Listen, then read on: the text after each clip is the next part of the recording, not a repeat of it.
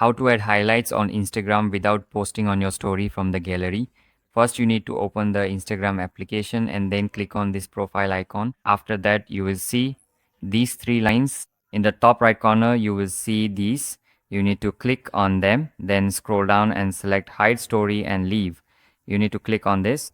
After that, in hide story and leave, select all your followers from here, select them all, and then click done. After doing this, what do you need to do next? Now here you need to click on the new story option. You can do it from here or from here. And after that, you need to select any image from here.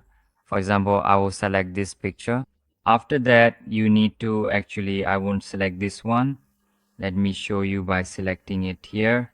You need to select this picture from here, and then you will see this icon, the gallery one. You need to click on it. Then you need to click on the share option here. Now you can see that we have the add to highlights option. You need to click on it. From here, you can create a new highlight, or you can select one of your previous highlights from here.